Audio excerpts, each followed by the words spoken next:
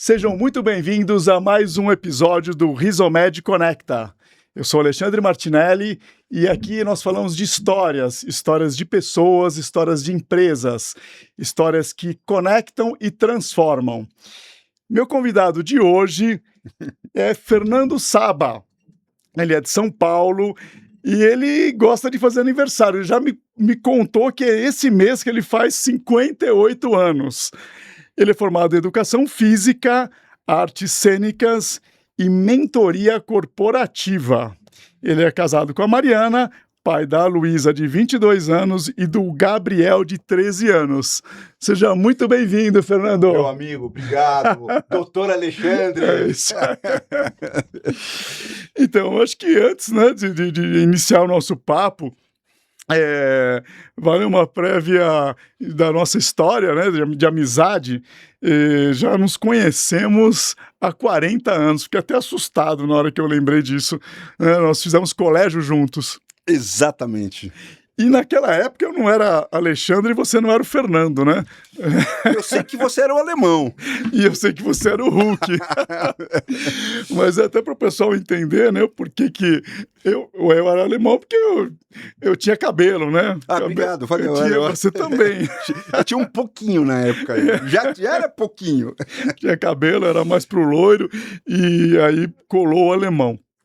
E o Hulk não é porque você era fortão, não. Nem porque se pintava de verde, né? Porque era feio mesmo, não tem jeito. Não, é que a nossa geração assistiu muito o filme, né? Era série, depois virou série o Hulk. Eles me confundiam, era né? O David Banner. Era o David. Eles me comparavam no momento da transformação que ele ficava, o David Banner ficava com o olho dessa cor. Isso, então você tem o olho da transformação. O olho da transformação. Transformação é um assunto legal pra gente falar aqui hoje. É isso aí. Muito bom. É porque quem tem, né, tanto tempo de estrada, tanto tempo já de história, né, de carreira, muitas coisas se transformaram ao longo do tempo, né? Sim, bastante. Mas conta um pouco, eu acho que dá para ir lá desde o início, que eu acho que a sua história ela é muito bacana em termos de conseguir furar a bolha, né, porque muita gente, isso eu me enquadro nisso também, né, que tem a história da empresa de família. A história da empresa familiar, o pai fundou, e aí os filhos vêm, aquele negócio de assumir a empresa e tocar, e nem sempre é aquela sua missão, seu propósito. E ao longo da vida, muitos continuam lá e não têm força, não têm a coragem de mudar. E outros que descobrem que tem outra vocação, outro propósito e realmente se descolam, né? E aí conta um pouco aí da tua história pra gente. Bom, nessa época do Objetivo, eu já ia para Kimonos Dragão, onde meu pai fundou, e olha só, a gente está falando de 52 anos. Esse maio agora, a Dragão faz 52 anos. Meu irmão Fúvio, que toma conta. Continua ainda lá, tá lá. Não tá mais na Maracatins, agora tá no Jabaquara. Sim, mas a empresa existe. A empresa existe muito bem, graças a Deus. Muito legal. Bem. Mas é uma história muito bacana que eu gosto de contar por uma conversa que eu tive com meu pai na época, e eu tenho certeza, eu lembro muito do teu pai, foi cedo, uma pena que foi tão cedo, né, nessa época, mas eu lembro que você se espelhava muito no seu pai, eu lembro muito disso, cara, e eu também sempre me espelhei no meu pai. E é tão maluco isso, cara, porque o meu pai, toda vez que eu entrava na Dragão, lá comecei a entrar lá com 12, 13 anos, ele começava já. Ela falou, essa Dragão, ele sempre falava, precisa ser sua, você vai tomar conta, você, teus irmãos. Cara, e foi crescendo isso na minha cabeça, criando uma responsabilidade. Você é mais velho? Eu sou do meio. Fábio, Fernando e Fúvio. E aí foi criando uma responsabilidade na minha cabeça.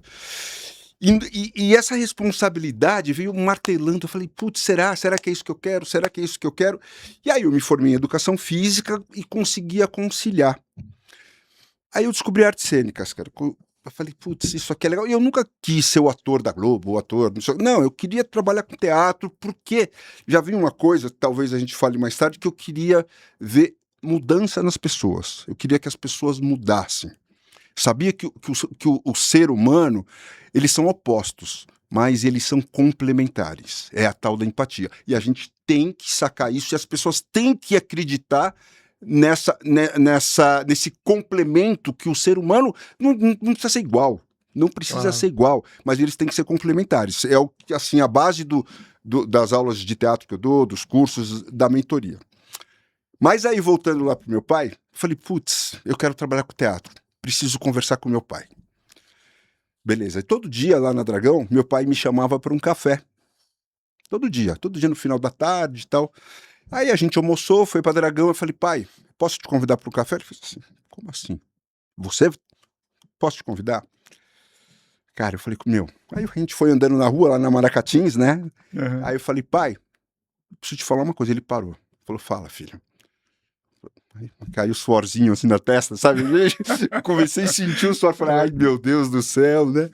E aí, pai, é o seguinte, você sabe que eu tô com teatro, tô muito envolvido, e eu quero muito, muito migrar pro teatro. Eu não quero mais trabalhar na Dragão, eu adoro esse lugar, eu aprendi tudo com você, com a Dragão, com tudo. Putz, foram 17 anos de Dragão. Não foi pouco tempo, né? Foi bastante.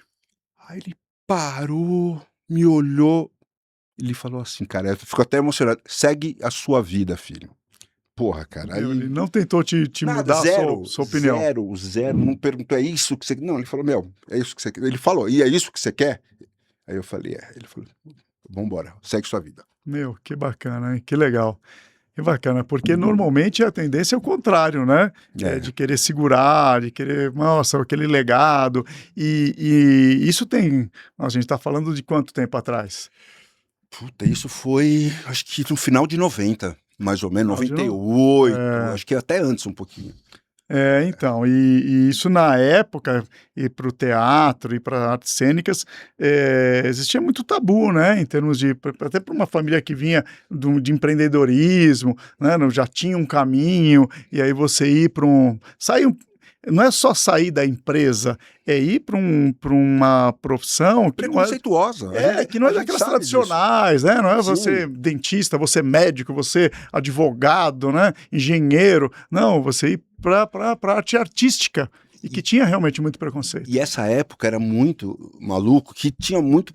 Cada vez mais as coisas estão melhorando, né? O preconceito sempre existiu, ainda existe, mas as coisas estão melhorando. É um termômetro que a gente tem hoje. A importância do teatro na vida das pessoas, do executivo, da vida social das pessoas e das crianças. Hoje, a maioria das escolas tem teatro como extracurricular. Então as coisas estão mudando. Né? As coisas estão mudando. Então eu agradeço, porque eu passo a minha vida lutando para que o teatro seja visto de uma maneira positiva e não uma coisa assim, é coisa de bem louco, legal. Não é, pô. Não, as pessoas estão... Tá caindo a ficha. Tá caindo a ficha. Digamos assim, né? Um termo bem fácil de entender realmente.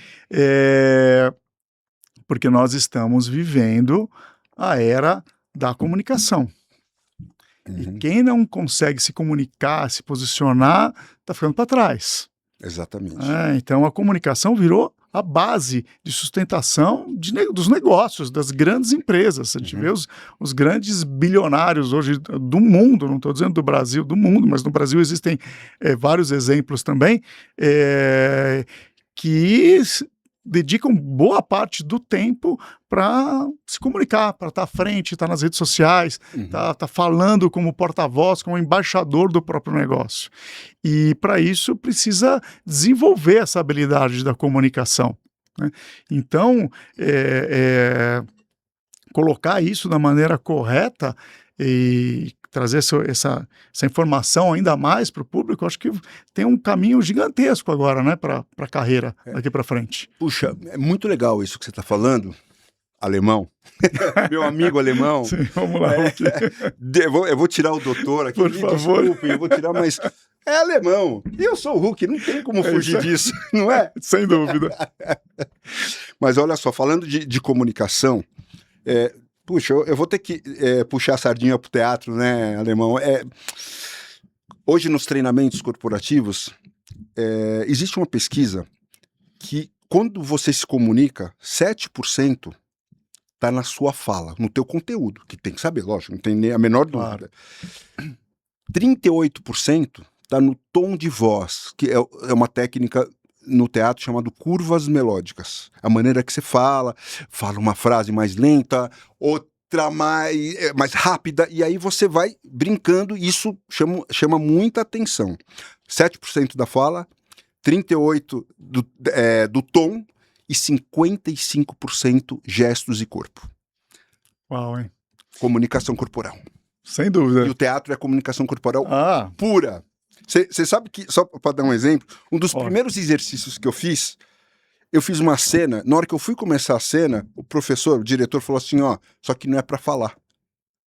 Só corporal. Só corporal. E foi do caramba, cara. Então, 7% é a fala. 7% a fala, 38% tom. 38% tom. E 55% gestos, corpo, olhos, corpo. É o corpo, é a expressão corporal. Quando você fala da fala, você está falando do conteúdo também, né? É o conteúdo. A fala, nesse caso, é o conteúdo. É impressionante isso, né? No fim, a hora que terminar, você me dá o feedback, hein? Como é que eu fui? Não, você tá indo bem, cara. Eu tô com o professor aqui. Tô te acompanhando nos podcasts. Nos podcasts. Tá beleza, tá ótimo, cara. Imagina se eu fizer alguma mentoria com você, então. Muito bom. E aí você... Conta um pouco de como que você está desenvolvendo isso, onde que você está, como que é essa atuação para valer. Explica aí para o pessoal, até poder te encontrar depois. Legal. Existe ainda uma luta, né, pelo teatro, vou ser bem direto, por sobreviver de artes cênicas do teatro. Eu lembro que quando eu me formei, quando eu entrei na escola, na verdade, eu não queria ser ator, eu queria trabalhar com teatro, não importa como, porque a gente estava batendo um papo agora, eu acho que é muito importante, tudo que a gente faz, eu tenho certeza que você faz isso tanto como dentista, atuando como dentista, como na sua empresa, você quer mudar a vida das pessoas para melhor. Sim. E não tenho a menor dúvida, cara. Em todas as aulas que eu faço, em todas as apresentações de teatro que eu faço, espetáculo, e como não pode ser diferente numa mentoria de teatro. Então é isso, cara. Eu acho que assim, e o teatro, eu divido, eu estava falando, para falar do meu tempo, né? É muito louco o meu tempo, porque o cara que trabalha com teatro é uma luta, porque eu trabalho de sábado a sábado, manhã, tarde e noite, não tem domingo, não tem festa, não tem nada, não tem... Puxa, já deixei de aniversário da minha mãe, do meu pai, da família, enfim. Mas eu amo fazer isso, cara, e não tem problema. É isso que importa. Não tem problema, tá? Então é isso. Então, hoje, a minha... Eu quero mudar a vida das pessoas. Eu sei que as pessoas têm medo de falar em público. Dizem que é o segundo maior medo, né? Eu não lembro exatamente, mas depois da morte é falar em público. São os dois maiores medos. Exatamente. A morte e falar em público. Mas não é só falar em público. Às vezes a pessoa entra numa reunião, ou num podcast, não, mas numa reunião, a gente não tem esse problema, porque a gente se conhece há muito tempo, de travar numa reunião, numa simples reunião, e o cara sabe aquilo que a gente estava falando, ele sabe o conteúdo. É verdade. Ele vai dar uma palestra para 10 pessoas, ou 200, ou 1000 pessoas, trava. E você sabe o que é legal desse treinamento corporativo? A semana passada eu apliquei um treinamento num escritório de advocacia, lá no teatro que eu trabalho. No Clube Helvetia? No Clube Helvetia. Clube Helvetia, que fica ali em Vinandópolis, em São Paulo, né? Isso, eu tô lá há 18 anos já, nesse espaço. E aí o que aconteceu? Tinham 20 pessoas, 20 advogados, e eles olhavam para o outro e falavam, mas eu não sabia que você era assim. Eu não sabia que você tinha essa qualidade, não sabia que você era engraçado. Então, a gente às vezes fica dentro da empresa tão fechado, né? Não sabiam, os colegas, né? Não se conheciam. Não, nesse ponto. É muito doido, porque tem um exercício onde você tem que pedir ajuda e a pessoa pode ou não ajudar. Tá. Então as pessoas que eram travadas dentro do escritório, às vezes ficavam com medo de dar uma ideia de ai, que coisa ridícula, ai, essa ideia é uma droga. Não, fala a tua ideia. De repente, pode ser uma droga, mas não tem problema, o importante é você falar. Eu brinco com a minha audiência, falo, vocês têm que ser ridículos, cara. Não é pra ter pudor. Subiu nesse palco aqui, chuta o pau da barraca. Mas não, chuta o pau da barraca. Meu, vamos pôr pra fora. Pô, e lá, né, no treinamento, brincando, as pessoas foram se descobrindo, cara. É muito legal, doido. E eu que tenho bacana. certeza que eu vou ter um feedback amanhã, mas a menina já tá me mandando mensagem e falou que tá muito positivo, muito positivo. As pessoas estão com vontade de trabalhar. Putz, que delícia. Agora aquele cara virou meu amigo, vamos almoçar junto, sabe? Caramba, cara. E a ideia ali é que eles se desenvolvessem na comunicação interna ali de reuniões, para reuniões do próprio caso, escritório. Sim. Porque o advogado ele tem muitos precisa fazer audiência, exatamente, saber conversar ali com o juiz, né? Explorar a ideia de uma maneira coerente, convincente, né? A persuasão, né? Que hoje persuasão, o poder da fala, do que você fala. Exatamente, tá assim em altíssima isso, né? As pessoas estão descobrindo isso realmente como o ouro hoje desse momento que a gente está vivendo. Quem tem a maior capacidade de se comunicar e persuadir o outro sobre aquilo que você quer, persuadir no sentido bom da palavra, no sentido correto, de você realmente conseguir passar a mensagem de forma correta, né? E aí que isso tem uma série de técnicas, né, para isso. E é muito legal a mensagem de forma correta e às vezes não tão correta, mas convicta.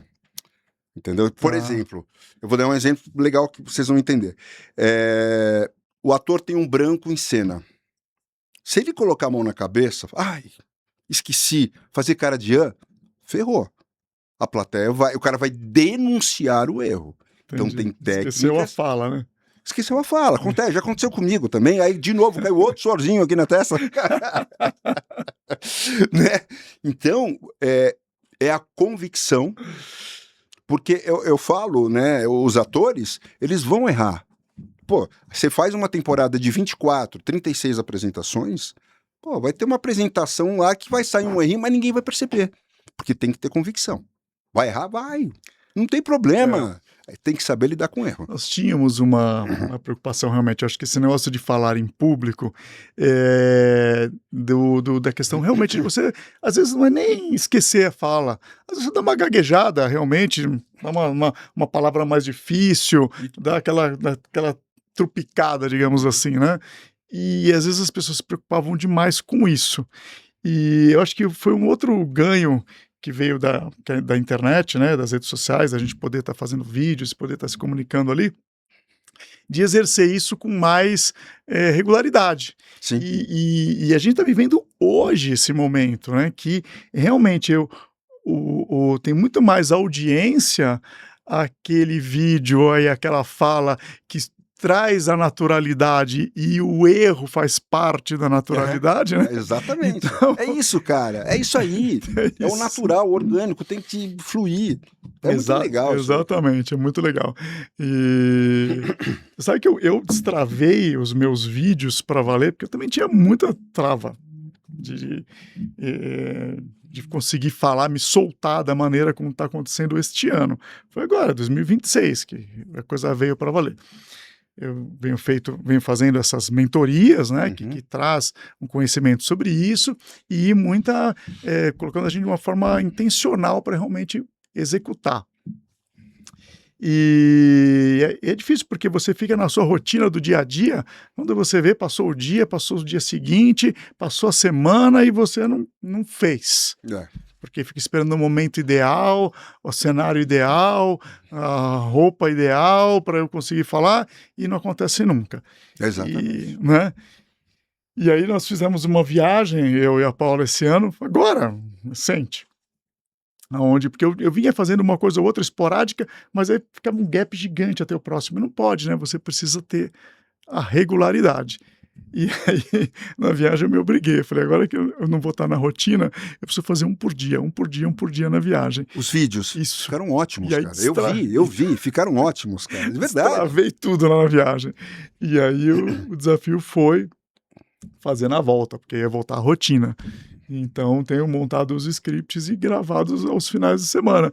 Mas os vídeos de rede social é de 1 minuto e pouco. É. Então, sabe, é mais a nossa cabeça mesmo. Essa insegurança que todo mundo tem, o ator tem essa insegurança. É. Só que o ator, eu acho que todo mundo precisa de treino, de repetição, de estudar, né?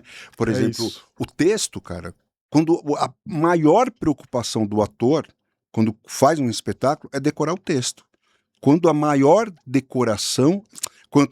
preocupação devia ser estudar o texto.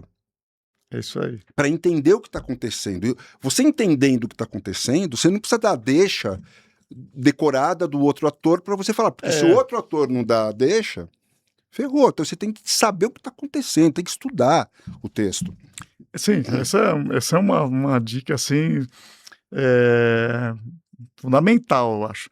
Porque tudo aquilo que a gente fica decorando, Uhum. você fica... E é o que realmente dá o branco na hora do estresse.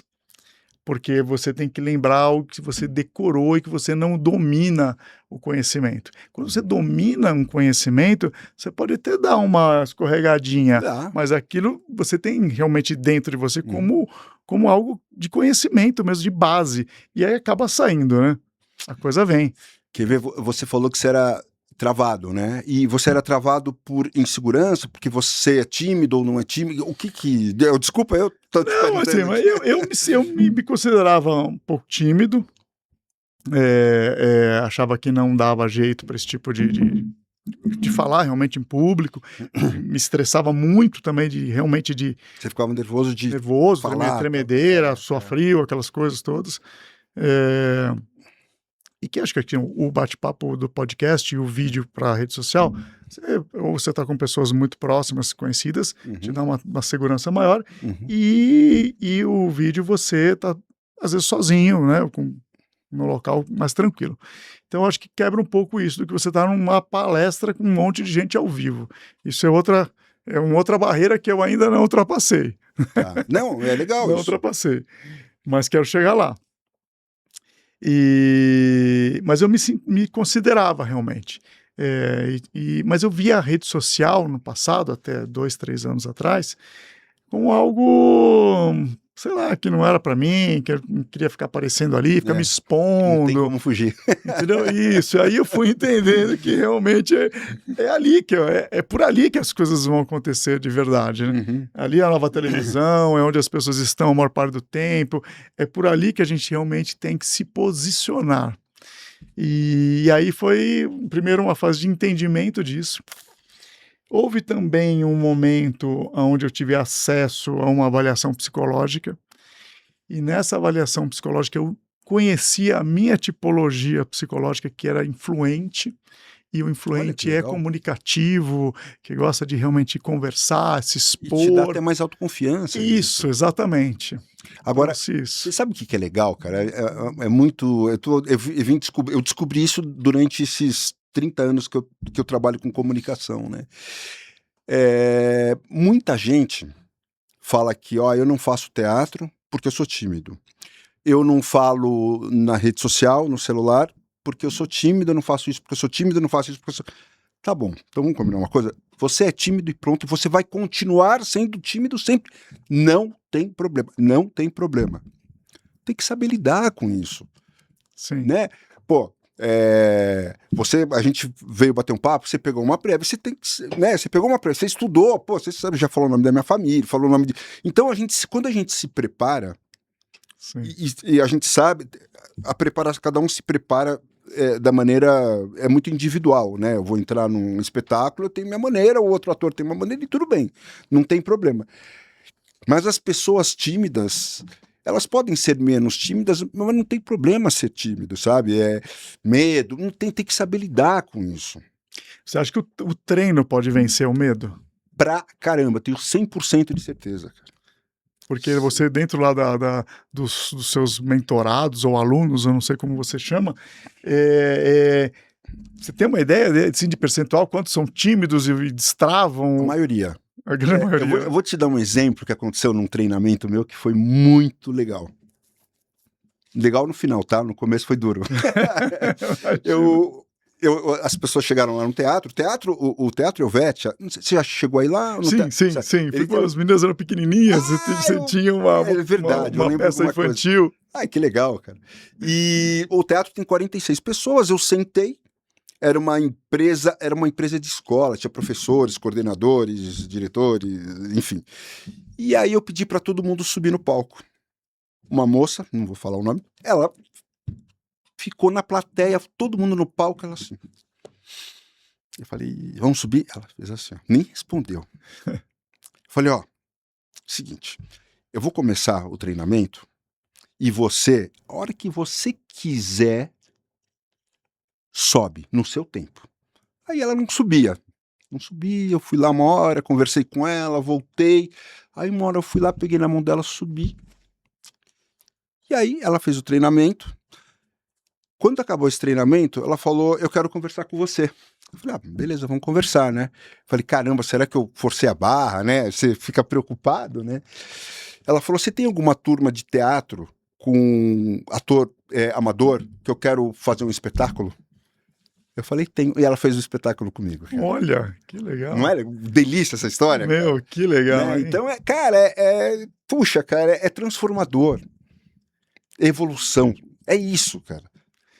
Então, acho que é uma questão de divulgar mais esse tipo de trabalho que você faz, porque imagina quantas pessoas, né, estão com esse sentimento porque Sim. existe uma certa, até não digo assim, tem uma certa pressão social, né, porque todo mundo tem o celular e todo mundo acessa de alguma maneira as redes sociais, ou é um vídeo do YouTube, ou Instagram, os jovens tudo no TikTok e tal.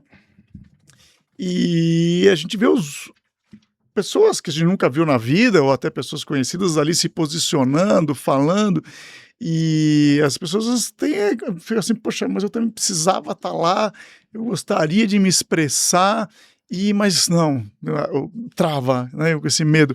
Isso pode ser potencializado de forma em escala. Você sabe que eu acho um grande problema disso?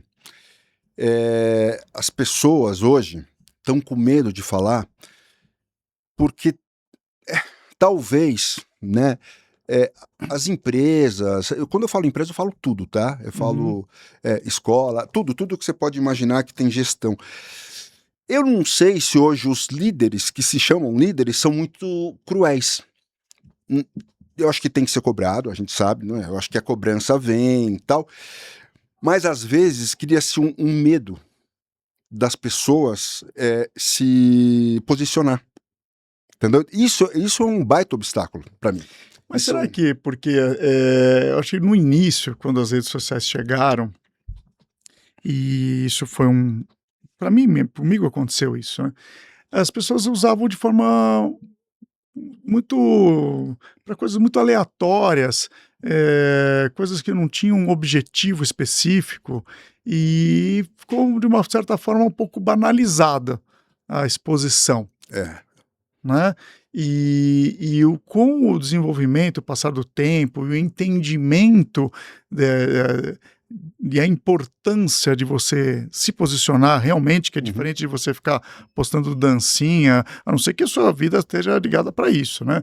Para um entretenimento e outra coisa, e aí o da dancinha, tem gente de dancinha que explodiu aí, né? Mas aí tem a intencionalidade, não feita de uma maneira aleatória, né? Esse é meu posicionamento, esse é o objetivo que eu quero, e para chegar lá eu preciso passar por esse caminho aqui. Tudo bem, mas foi feito com intencionalidade. E eu acho que esse entendimento que está chegando agora, que é possível fazer isso, que é possível você... Porque eu não postava nada antes. As minhas redes estão começando a ter vídeos e postagens pouco tempo atrás, tem coisa de um ano, um ano e meio, né? Porque eu não enxergava, não entendia isso. Quando eu passei a entender, aí falei, não, preciso vencer o meu medo, vencer a trava para criar essa intencionalidade lá. E aí, né, eu acho que é a tua opinião sobre isso, da gente realmente instruir as pessoas nesse sentido, e criar o treinamento específico para que elas consigam destravar e colocar não é uma coisa aleatória, colocar a intencionalidade num objetivo que a pessoa quer para a vida dela. né? Cara, é um desafio, né? É um desafio, porque quando eu gravo um vídeo, coisas sérias, pertinentes, sérias e pertinentes, cara, a gente briga, a gente disputa com coisas, cara, que a gente... É isso, é o que você estava falando. Ainda tá muito banalizado. É. Então isso é outro baita obstáculo. Você compete... Cara, é tão louco isso, porque a gente tem os canais da televisão e as pessoas, com todo respeito, às vezes preferem ver uma bundinha bonita do que a TV Cultura. Sim. É isso. Eu acho que é essa a comparação. Sabe? E cultura no Brasil, puta, tem cada história, alemão. Puxa, meu, que dói, cara. A Dói. gente sabe que o problema da educação ele é difícil, né? Então da caminho muito educação, longo. aí a cultura, putz, cara, nossa senhora, é uma briga aí tem muita gente dando opinião errada de política, né, que eu acho que não é o assunto, mas, sim. cara, é muito complicado. Eu acho que a gente tem que continuar lutando, cara. Então, mas existe público para todos os meios. Eu vejo que não é para a gente generalizar, né? A gente tem que colocar isso na cabeça, que realmente fundamental estar posicionado, é fundamental se expor com as suas ideias, claro, com a intencionalidade de um objetivo, né? De você progredir na sua carreira, na sua profissão, na sua empresa, ou simplesmente tornar o canal de comunicação algo para você passar uma mensagem correta que você acredita, porque aí nós que somos os transformadores. Exatamente. Fica sempre, né, aquela história de ficar sempre esperando do outro, esperar cair do céu. Não, a gente tem o celular na mão e a gente pode simplesmente pegar e começar a expor as nossas ideias, né, os nossos valores e fazer o nosso papel também para poder educar as pessoas. E, claro, vai começar... é tão interessante isso, né? Eu ainda estou muito no início e não conheço ainda direito os mecanismos eu também estou nessa luta aí. Isso, mas porque a gente olha, às vezes, faz o podcast, né? Que nem está aqui. Aí eles vão preparar o episódio, a gente publica os cortes, eu faço os vídeos, e aí depois eu vou dar uma olhada, né, como que tá a repercussão, né? Como que tá lá, quantas curtidas, quantos viewers e tal. E aí você fica às vezes desanimado, né? Você fala, poxa, eu tô fazendo isso, tá minha mãe, minha mulher, minha filha, às vezes nem a filha curte. Mas cara. Mas aí eu de repente vou numa reunião longe, assim, que não tá tão aqui no meu núcleo próximo de casa, ou até assim. E aí uma pessoa que você nunca viu na vida vem e fala: nossa, que legal, eu assisti inteiro, que bacana aquele episódio. Você fala, pô, que legal, consegui atingir ali uma mensagem para outra pessoa que eu nem conhecia, né? E isso começa a te animar mais. E então, eu acho que quem está aí assistindo a gente e tem essa vontade de se comunicar, ainda está travado, ó. É o Fernando Saba para vocês, para mim é o Hulk, mas eu falo com o Fernando que ele é um especialista para destravar vocês e colocar para funcionar. Se me chamar de Hulk, eu atendo, não tem problema. Eu vou, igual cachorro, pode chamar. Mas você sabe que você falou que uma pessoa te deu feedback, né? Mas eu já fiz espetáculo para uma pessoa, cara. Para uma pessoa. E a gente comemora, pô, se não tivesse ninguém ia ser duro, né? Mas ia ser uma grande aula de teatro também. Foi um dia que teve um dilúvio em São Paulo. Foi uma loucura, assim, todo mundo dentro de casa. Os atores estavam... A gente chega bem antes, a gente chegou antes da chuva. Aí chega, a gente, certeza, não vem ninguém hoje, aí chega o cara lá. Vocês vão fazer? Vamos, opa, aceita aí, vamos embora. Muito legal. Mas voltando, né, um pouco, acho que esse assunto de se expressar, de se comunicar bem, é algo tem uma importância tão grande, né? Hoje, o nosso produto, né, a Rizomed, que a gente trouxe como um hub de de saúde corporativa, e nós estamos no mês de maio de 2026, onde, dia 26 agora, inicia a obrigatoriedade das empresas atenderem a alteração da NR1, que fala sobre as questões psicossociais. Ah, E para você ver o quanto é importante saber se comunicar corretamente. Dentro da estatística do que traz os maiores complicadores psicossociais dentro das empresas na gestão de pessoas são as lideranças. Então, como que a liderança se comporta e se comunica com seus liderados? Isso faz toda a diferença. Entendeu? Então, você né, conseguir se expressar de uma maneira correta, ainda mais hoje que ainda tem mais o conflito das gerações, sim, a longevidade, as pessoas estão vivendo mais e estão progredindo, e estão chegando os mais novos com outra cabeça completamente diferente.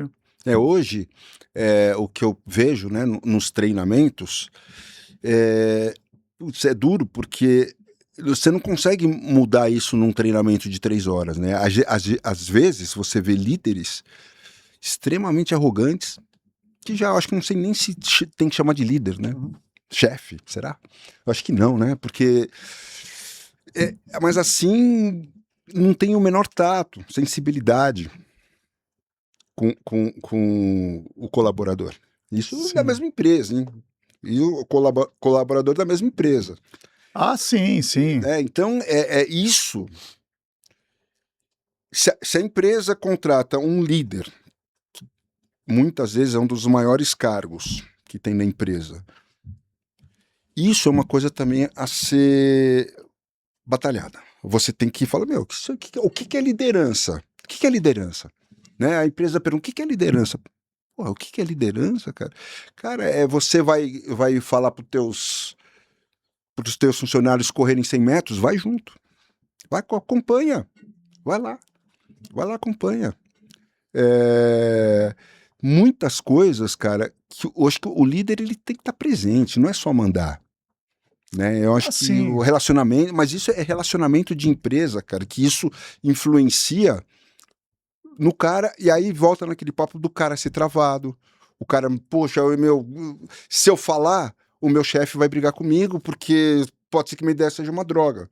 Então, isso é a liderança. O cara tem que, abrir, sabe? Abrir e falar, vamos lá, o que vocês querem falar hoje e tal, não sei o quê, e aí a empresa cresce, cara.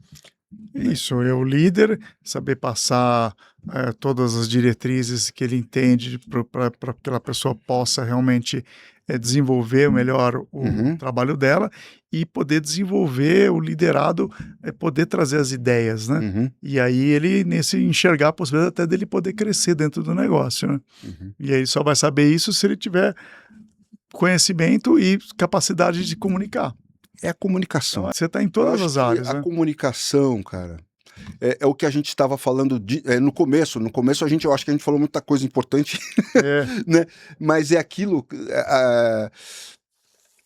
o ser humano, eu acho que a empatia,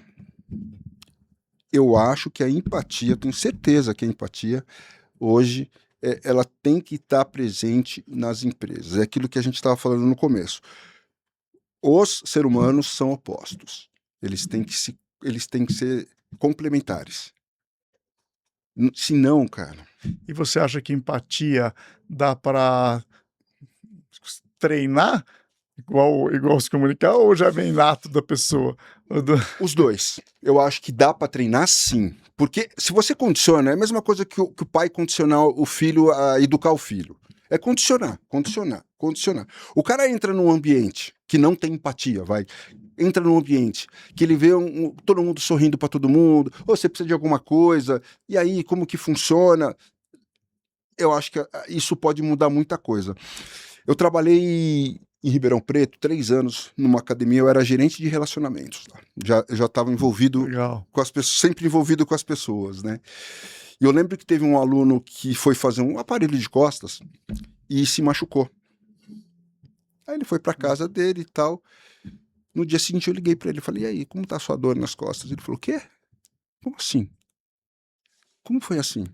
Peraí, você está me ligando, você está preocupado. Academia com... Tão fora da curva, né? Tão fora da Isso curva. estranho. E a gente tinha reunião semanal na academia, e esse dia, na reunião, eu falei, aconteceu isso, vamos todo mundo fazer isso? Então, opa, pô, que legal isso aí, é legal ser empático, né? É legal ser simpático, legal, não, bacana. Pô, vamos trocar, pô, o que acontece? Além de você se preocupar, enfim, se preocupar realmente, de coração com o cara vai falar, eu nunca mais vou sair dessa academia. É verdade. Eu nunca mais. A gente subia era uma academia grande, de 5 mil metros quadrados, gigante lá em Ribeirão. E aí o que acontece? As pessoas, as meninas da recepção, subiam para mostrar a academia toda hora para clientes novos, potenciais clientes. E a gente tinha que dar bom dia, boa tarde, boa noite, mesmo se já tivesse visto 40 vezes a pessoa, entendeu? Porque isso, o cara que tava lá, nossa, olha que legal essa comunicação interna, são simpáticos, todo mundo se cumprimenta, todo mundo sorri. Eu já tinha essa visão, né, da importância da comunicação. Sim, cara, o meu pai era muito comunicativo. Você lembra? Não sei se você chegou a conversar com... Conversei, sim. Faz muito tempo, né? Mas eu lembro dele, sim. Ele não parava, cara. Ele não parava de conversar. Ele entrava na padaria, no mecânico, todo mundo conhecia porque ele falava com todo mundo, ele não estava nem aí, brigava com todo mundo, era uma loucura. Eu acho que tem uma coisa aí dele, assim, sabe? Nessa parte que eu gosto de falar, comunicar, ensinar, tem muita coisa dele. Ah, com certeza, a gente herda, não tem jeito. A mãe italiana ainda, então... Voltando um pouco, né, lá atrás, essa história dos kimonos dragão, né? Tem hoje ainda, quantos concorrentes tem? Aumentou o mercado ou diminuiu o mercado? Aumentou. Aumentou? Aumentou bastante. Você sabe que essa época, né, na década de 80, que a gente se conheceu, tinha a Dragão e tinha mais algumas. Quando veio essa onda de jiu-jitsu, vale tudo, MMA, porra, todo mundo começou a fabricar kimono. Muita gente quebrou, tá? Sim. Na pandemia foi um negócio, devastador, cara. Devastador. Quebrou tudo. Então, quem não tinha uma estrutura legal... Quebrou, cara. Mas, assim, daquela época, de quando a gente abriu, tinham 3, 4 no Brasil. Eu lembro, era deve pequeno. ter 300, 400, 500, deve ser um número absurdo. Você olhe lá, hein? Tô chutando baixo, eu acho. Ampliou muito, né, o acesso a cultura de fazer artes marciais e tudo mais, porque se tornou realmente famoso o jiu-jitsu, mas foi muito pelo jiu-jitsu, né? Foi muito pelo jiu-jitsu. Família Gracie, isso fez... bastante mesmo, assim. E você sabe que desde que eu trabalhei na Dragão, o jiu-jitsu, que assim, a divulgação veio em cima do jiu-jitsu. Mas o judô, eu não sei como que tá hoje, tá? Na época, era o segundo esporte com mais atletas no Brasil. Hoje eu acho que é o terceiro, se eu não me engano, tá? Porque nas escolas, todas as escolas, nas escolinhas tinham judô. Eu lembro que a gente vendia muito para as crianças, né? Eu fui cliente quando era criança, né? Eu fiz até... É verdade, você falou. Eu fui até no meio da faculdade, eu ainda praticava. Eu fui até a faixa marrom. Você fez aonde? Eu fazia lá no Ipiranga. Era o Sensei Kaiichi Nagao. Era uma escola pequenininha, assim. Ipiranga com Y. Eu acho que era Clube Ipiranga? Não era. Não era o Clube Ipiranga. Era no Ipiranga. Era no Ipiranga ali, mais para Ipiranga, Jardim da Saúde, e era na casa dele. Começou quando eu era bem criança, era numa igreja japonesa, uma religião lá deles, que ele tinha um salão lá embaixo, que tinha ali naquela região, e dali foi para casa dele. Ele criou um salãozinho lá e fez o tatame lá e a gente treinava lá. Puxa, eu tinha esquecido que você fazia judô. Agora que você falou, eu parei, faz muitos anos, né? Mas eu nunca esqueço, porque tinha ainda mais naquela época, toda uma questão de disciplina, né? de valores. Então a gente aprendia a respeitar o mestre. E aí foi isso.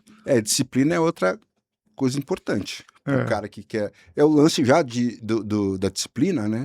De se preparar, de falar, de horário. Isso. Enfim, de hierarquia. Então O judô também. Se pensar, eu tive muitos ensinamentos aí na sem minha dúvida, vida, né? sem dúvida. Família. Traz pra vida isso, né? Traz pra vida. Muito importante. O esporte por si só, e ainda que você traz um esporte que preza pela disciplina, como parte integrante, né? Que acho que é o legal das artes marciais, tá muito ligado a isso. E acho por isso que tem essa amplitude grande, né? Um país que não é o Brasil, que é uma cultura completamente diferente, mas ele ampliou tanto porque tem a ver com essas duas coisas. É verdade, é verdade. Mas muito legal. E me fala, assim, né? Indo já mais pro finalzinho aqui, você que toda essa sua experiência aí nessa parte da comunicação, você quer deixar um recado aí pro pessoal sobre se desenvolver nessa parte quem quer realmente acha que precisa e a importância disso para a vida? Qual que é a tua ideia aí de deixar um recado para a turma? Eu quero deixar um recado, sim. Eu acho assim, primeira coisa, abram a sua mente. Abram sua mente. Tem que abrir a mente para o novo. O teatro não é um bicho de 7 cabeças. Existe um grande teatro. Eu vou subir no palco. Meu Deus, não. E aí, sabe o que é o mais legal? Quando você tem esse medo, porque o teatro parece um monstro.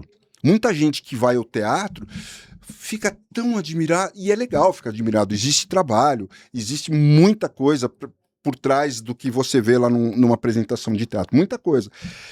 Mas é possível para todo mundo. É possível. As pessoas falam, não, mas nem ferrando, eu sou muito tímido, eu não vou travar, não consigo decorar. Não é isso. Vai. Quando você chega para fazer uma apresentação ou um treinamento corporativo, é muito bacana, porque você vê todo mundo quietinho, assim, no comecinho, tal. No final, juro para você, parece uma festa. As pessoas se abraçando, também pela parte emocional, afetiva do que traz um treinamento, porque elas conseguem fazer. E esse é o grande... As pessoas acham que não conseguem. Abre a mente. O teatro não é um monstro, não é um bicho de 7 cabeças. É possível para todo mundo. E quando você chega num grupo, treinamento em grupo, Eu acho que o teatro é extremamente completo porque ele mexe com aquelas 3 áreas que você falou lá no início, né? É a fala, o tom da fala e os gestos. É isso. Então ele fecha todo o que compõe as áreas mais importantes da comunicação. Essa é a grande sacada. Essa tabela é um resumo. O teatro é a maior escola de treinamento da comunicação que você pode ter.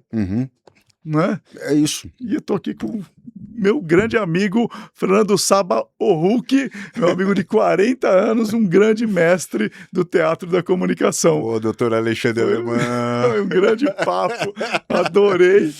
Foi obrigado, muito bom. Cara, obrigado. Grande oportunidade estar aqui com você. Cara, a gente teve que fazer um podcast para se ver, né, cara? É isso aí. Putz, grila, mas é um pontapé, assim, a vida é assim, sempre vai trazer as surpresas, né? Então, valeu. Obrigado, é isso aí, cara. pessoal. Um forte abraço e até o próximo episódio do Rizomed Conecta.